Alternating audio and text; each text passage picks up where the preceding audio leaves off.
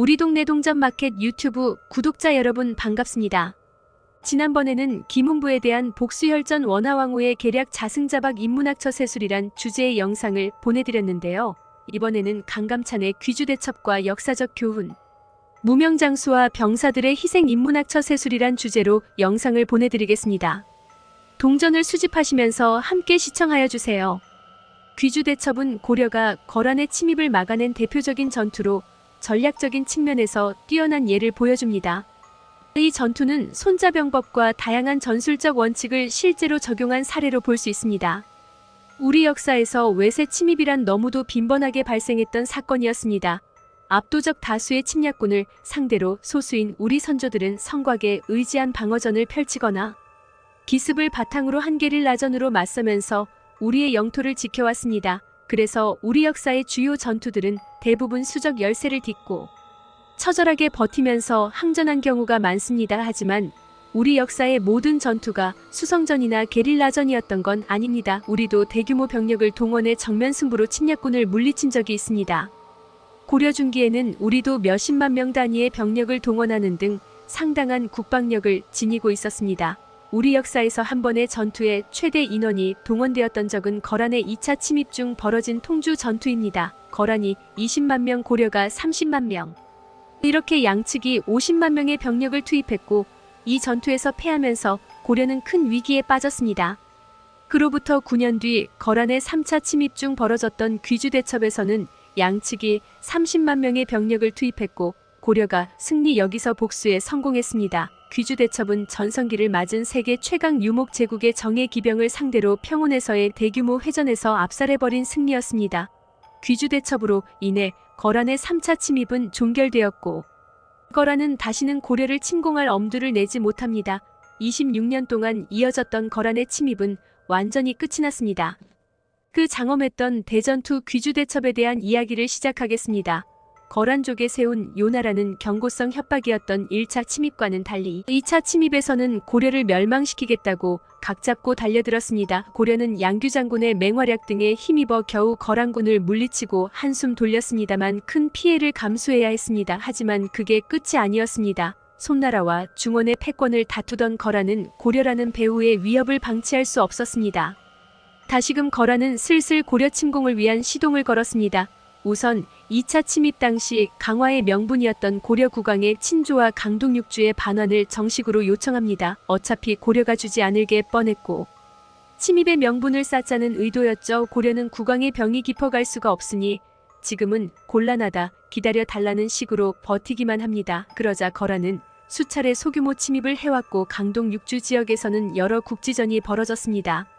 그렇게 전쟁 분위기가 무르익다가 결국 거란은 고려를 끝장내고자 3차 침입을 개시하게 됩니다. 당시 거란의 침공군은 상당한 정예로 구성되었습니다. 거란 황제 직속 부대인 오피실군 6만 명을 포함해 전원기병으로 구성된 10만 병력이 침공해왔습니다. 게다가 그 지휘관은 거란에서 황족 다음으로 대접받는 소씨 가문이 에이스 소배압이었습니다. 그는 1차 침입 당시 지휘관이었던 소손영의 형이며 거란 성종의 외사촌형이었습니다. 거란 최고의 베테랑 지휘관이 최정예 기병 10만을 이끌고 고려를 향했습니다.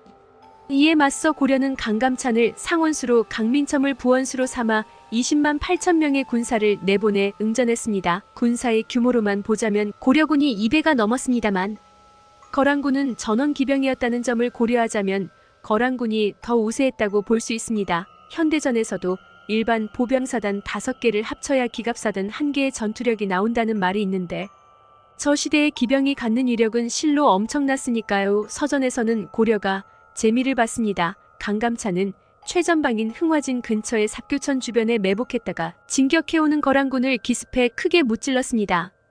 첫 전투에서 따끔한 맛을 본 거란의 소배압은 수도 점령전으로 전쟁의 성격을 결정합니다. 그는 2차 침입 때에는 거점을 확보하고 보급선을 유지하면서 천천히 진군하다가 실패했다고 판단했습니다. 그래서 이번에는 기병의 우세한 기동성을 살려 개경으로 직진을 선택합니다. 하지만 고려군의 지휘관 강감찬도 그 전략에 당하고 있지만은 않았습니다. 장수들을 요지에 급하게 미리 대기시켰다가 이동하는 거란군을 요격하여 수차례 승리를 거두었습니다. 거란군은 그런 자잘한 요격들은 무시하고 오로지 개경만 보고 달렸습니다. 이는 사실 어리석은 전략은 절대 아닙니다. 과거 거란이 발해를 멸망시킬 때에도 이 전략으로 재미를 보았고, 먼 훗날 병자호란 때에도 후궁군이 이 전략으로 조선의 항복을 받아냈습니다. 게다가 개경은 수성에 적합한 지형이 아니었기 때문에 소비압의 이 계획은 나름 합리적인 판단이었습니다. 다급해진 강감찬은 병마판관 김종현에게 개경을 방어하는 지시를 내립니다. 당시 여러 신하들이 피난을 권유했습니다만 고려국왕 현종은 개경 수호를 결심하고 개경 주변의 모든 물체와 사람을 깨끗하게 소개했습니다. 보급이 현지 조달이라는 기병의 속도전에 맞설 수 있는 최고의 방어 전략은 현지 보급을 원천 봉쇄하는 청야 전술이었습니다. 막상 개경에 도착한 소배압은 눈앞이 캄캄해집니다. 개경 성벽은 2차 침입 당시보다 훨씬 보강되었고 충분한 방어 병력이 그들을 기다리고 있었습니다. 게다가 청의 전술로 인해 개경 주변에서는 쌀한톨 구할 수 없었습니다. 더불어 사방에서 몰려드는 고려군이 끊임없이 견제하는 통에 점차 인명피해만 늘어만 갔고 거란군은 지쳐갔습니다. 결국 지치고 굶주린 거란군은 개경 공성을 포기하고 퇴각을 결정합니다. 이때부터는 고려 정벌이 문제가 아니고 목숨을 건져서 돌아갈 수 있느냐의 문제를 두고 고민해야 하는 상황입니다. 그러자 개경을 지키던 김정현은 1만 군대를 이끌고 거란군의 뒤를 추격했습니다. 들어올 때는 마음대로 들어왔지만 나갈 때는 마음대로 나갈 수 없다는 걸 보여주고자 했지요. 거란군은 김종현 군의 추격을 뿌리치면서 퇴각했고, 그 과정에서 계속되는 고려군의 유격전에 서서히 전력이 깎이고 있었습니다. 하지만 거란 최고 장수였던 소배압은 지칠 대로 지친 거란군을 이끌고도 최대한 전력을 보존한 채로 압록강을 향했습니다. 압록강만 넘으면 거란의 영역이고 살 수 있었습니다. 하지만 고려군은 거란군을 무사히 보내줄 생각이 전혀 없었습니다. 거란군이 무사 귀환한다면 그들은 언제고 다시 쳐들어올 수 있습니다. 이참에 거란의 정예병들을 최대한 섬멸해야 거란의 재침공 위협이 줄어든다는 걸 지휘관 강감찬은 잘 알고 있었습니다. 강감찬은 각지에 파견된 모든 병력을 귀주로 직결시켰습니다. 귀주는 압록강을 건너기 전에 반드시 지나쳐야 하는 지점이자 강감찬이 선정한 거란군의 공동묘지였습니다. 그렇게 20여만 명에 달하는 고려군이 집결했는데 개경에서부터 거란군의 뒤를 쫓았던 병마판관 김정현의 1만 군사가 아직 도착하지 못했습니다. 거란군은 정예병답게 퇴각 속도가 어마어마하게 빨랐고 추격군이 따라잡기 어려울 정도였던 것입니다. 그래서 한 명의 병사가 아쉬운 상태에서 1만이라는 전력이 이탈된 채로 고려군은 거란군을 마주하게 되었습니다. 귀주에서 이미 진을 치고 기다리는 고려군을 본 거란군은 하천을 건너 배수진을 치고 선제 공격을 시작했습니다. 기병이 활동하기에 좋은 귀주평원에서 싸우고자 하천을 등지고 최후의 돌격을 감행한 것입니다. 먹지도 쉬지도 못하고 2달 가까이 온갖 고생을 했던 거란군이지만 대륙을 호령하는 유모, 제국의 전사들답게 엄청난 분투를 했습니다. 이미 모든 준비를 마치고 거란군을 기다렸던 고려군이지만 그 무시무시한 전력에 쉽사리 우위를 점할 수 없었고 팽팽한 전투가 지속됐습니다. 보병 위주의 고려군이었지만 거란 기병대의 돌격을 성공적으로 막아내면서 전투의 향방은 쉽사리 판가름 나지 않았습니다. 이 전투에서 고려군이 승리한다면 최대한 많은 거란군의 목숨이 사라질 것이고 거란군이 승리한다면 최대한 많은 거란군이 목숨을 건져 돌아갈 것입니다. 사느냐 죽느냐를 놓고 벌어진 치열한 싸움이었습니다. 어느 한쪽도 승기를 잡지 못한 상태에서 전투는 여러 시간을 넘겨 처절하게 진행되었습니다. 그런데 이 팽팽한 대치 상황에서 느닷없이 어느 고려군 부대가 거란군의 후방을 덮치며 전장에 개입했습니다.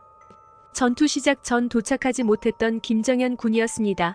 김종현이 이끄는 1만의 고려군은 이 지긋지긋한 전쟁을 끝내러 왔다는 듯 거침없이 거란군의 후방을 짓밟았고 그들이 감행한 운명의 뒤치기에 이 전투의 승패는 결정되었습니다.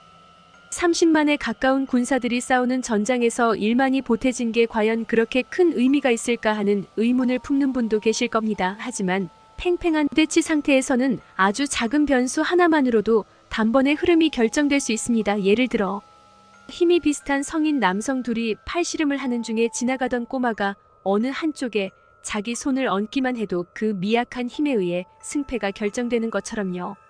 아마 김종현 군이 처음부터 고려군의 포진에 합류했다면 거란군도 그에 맞춰 전투를 진행했을 것입니다. 하지만 고려군의 예상에 전혀 없었던 적군 1만 명이 느닷없이 후방에서 나타나는 건 전장에서 악몽과 다름없습니다. 김정현이 이끄는 부대는 강감찬의 지시로 대기하다가 뒤늦게 전장에 투입됐다는 주장도 있습니다만 이를 강감찬이 미리 지시했다는 기록은 어디에도 없습니다. 저런 주장은 강감찬의 뛰어난 용병수를 부각시키기 위한 과장이 아닐까 싶습니다. 아울러 김종현 군은 1만 명 모두 기병으로 구성되었다는 추측도 있는데 퇴각하는 거란군에 급하게 추격하기 위해 편성했을 가능성이 있습니다.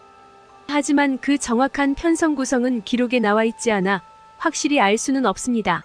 김종현 군의 난입으로 인해 전세는 고려군 쪽으로 완전히 기울었고 그로 인해 혼란에 빠진 거란의 최정예 부대인 우피실군이 무너졌습니다. 그러자 거란군은 진영을 유지하지 못한 채로 목숨을 건지고자 도망치기 시작했습니다. 체계적인 퇴각이 아닌 무분별한 도망은 끔찍한 결말로 향하는 지름길입니다. 고려군은 마구잡이로 도망치는 거란군을 추격해서 몇 겹으로 둘러싸고 포위 선멸전을 펼쳤습니다.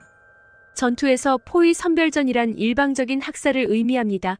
이 전투의 결과를 고려사 강감찬 열전에서는 이렇게 기록하고 있습니다. 거란군의 시체가 들판에 가득했으며 사로잡은 포로와 낙타 갑옷과 무기는 셀 수 없을 정도로 많았다. 살아서 돌아간 자가 오직 수천 명이었으니 거란이 이처럼 비참하게 패한 적은 이제까지 없었다. 이 전투 이후 2번 다시 거란은 고려를 침입하지 않았습니다. 아니 못했습니다. 만약 이 전투에서 거란군이 승리해서 온전히 돌아갔다면 그들은 반드시 재침이 있었을 것입니다. 하지만 거란은 귀주에서 몰살당한 전력을 복구해내지 못했습니다. 이 손실은 이후 중국 대륙에서 거란의 위세가 약화되는 하나의 계기가 되었습니다. 거란의 성종은 전쟁에서의 패배보다도 최정예 병력 손실 때문에 더욱 격분했고 지휘관인 소배압에게 얼굴 가죽을 벗기는 형벌을 내리려다가 주변의 만류로 인해 파직하는 선에서 마무리했습니다. 로마 시기에는 다루스 사령관이 이끌던 로마군이 한족과 싸우다가 토이토부르크 전투에서 세계 군단과 지원병단이 몰살당해버렸는데 그 소식을 들은 아우구스투스가 벽에 머리를 찌우면서 바로 쓰여 내 군단을 돌려다오라고 울부짖었다고 합니다. 국가 지도자들에게 있어 전투병력이란 그만큼 소중한 자산이고 고려는 거란의 핵심 자산을 소멸시켜버린 것입니다. 당시 거란군은 동아시아에서 서역에 이르는 넓은 대국에서 패배를 모르던 세계 최강의 군대였습니다. 그런데 수성전이 아니라 평온에서 이루어진 대규모 회전에서 고려군은 거란군을 완벽하게 물리쳤고 이는 당시 어느 나라도 해내지 못한 위협이었습니다. 그와 같은 고려의 군사적 역량은 주변국에 널리 알려졌고 덕분에 고려는 100년이 넘는 평화를 이어갈 수 있었습니다. 그리고 귀주대첩은 한국사 3대 대첩의 하나로 인정받고 있습니다. 병마 판관 김정현과 그의 부대는 소배압이 개경 공략을 포기하는 데 있어 결정적 요인이 되었습니다. 더불어 퇴각하는 거란군에 맹렬하게 추격한 까닭에 거란군을 조급하게 만들면서 전력을 갉아먹었습니다. 나아가 귀주대첩의 승리에 크게 기여했습니다. 이처럼 김정현 군은 거란의 3차 침입을 격퇴하는데 엄청난 공을 세웠습니다만 그들의 존재는 그다지 알려지지 않았습니다. 보통 귀주대첩은 강감찬 장군이 승리한 전투라는 정도로만 알려져 있는데 이는 고려사 기록의 부실함과 더불어 상대적으로 낮은 관심도 때문일 겁니다. 하지만 김종현 장군을 비롯해 잘 알려지지 않은 명장들이 고려사에는 너무도 많습니다. 오늘날 우리가 강감찬의 귀주대첩과 역사적 교훈 무명장수와 병사들의 희생인문학 처세술이란 영상을 통해 어떤 인문학적인 교훈을 얻을 수 있을까요?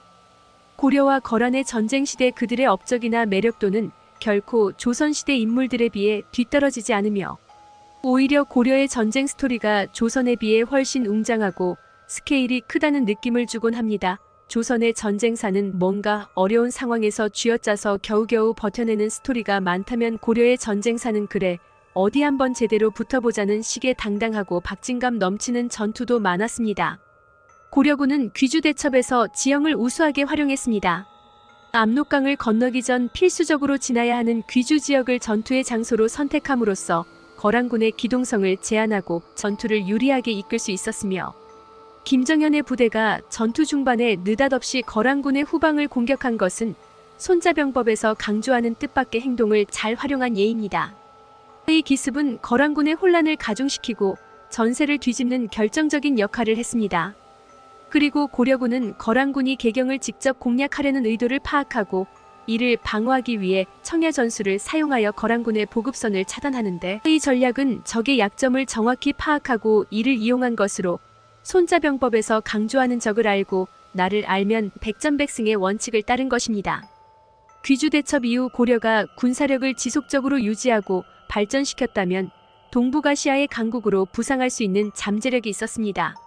하지만 이후 고려는 여러 내부적, 외부적 문제로 인해 군사력을 지속적으로 유지하고 강화하는 데 실패했습니다. 이는 몇 가지 중요한 교훈을 남깁니다. 고려는 내부적인 정치적 불안정과 분열, 그리고 외부적인 압박에 취약했으며 강력한 중앙 집권 체제와 내부 연대를 유지하는 것이 국가의 안보와 군사력 유지에 필수적임을 시사합니다. 귀주대첩에서의 대승리에도 불구하고 고려는 이후 몽골의 침입과 임진왜란 등에 적절히 대응하지 못했습니다. 이는 군사적 혁신과 준비를 지속적으로 강화하는데 실패하기도 하고, 고려는 몽골과의 관계에서 볼 수 있듯이 외교적으로 늘 한쪽에 지나치게 기울어져 있어 다양한 국가와의 균형 잡힌 외교관계 유지가 불가능해 국난을 자초하는 결과도 낳게 됩니다. 외교는 국가 안보에 있어 중요한 전략입니다. 역사에서 보듯이 귀주대첩과 고려의 역사는 현대 사회에 여러 가지 교훈을 줍니다. 고려가 처한 위기 상황과 이에 대한 대응 방식은 현대 국가들이 위기를 관리하고 대응하는 데 있어 중요한 교훈을 제공합니다. 특히 예상치 못한 위기에 대한 신속하고 효과적인 대응 전략의 중요성을 강조합니다. 귀주대첩에서의 승리가 고려에게 장기적인 평화를 가져다 준 것처럼 현대 국가들도 지속적인 혁신과 준비를 통해 미래의 도전에 대비해야 합니다. 고려의 사례는 내부적인 연대와 결속력이 국가의 안정과 발전에 얼마나 중요한지를 보여주며 현대 사회에서도 이는 여전히 유효한 교훈입니다. 고려의 군사적 성공과 실패는 오늘날에도 여전히 유효한 전략적 교훈을 제공하며 지속적인 준비와 혁신, 내부적 연대와 안정, 그리고 균형 잡힌 외교 정책의 중요성은 모든 시대에 걸쳐 변하지 않는 진리입니다.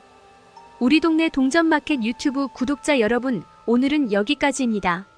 계속적으로 동전과 지폐 수집에 관한 다양한 영상과 역사인문학에 관한 다양한 영상을 보내드리겠습니다. 이 영상이 유익하셨다면 구독과 좋아요 꼭 눌러주시면 감사하겠습니다. 다음 영상에서 또 만나요.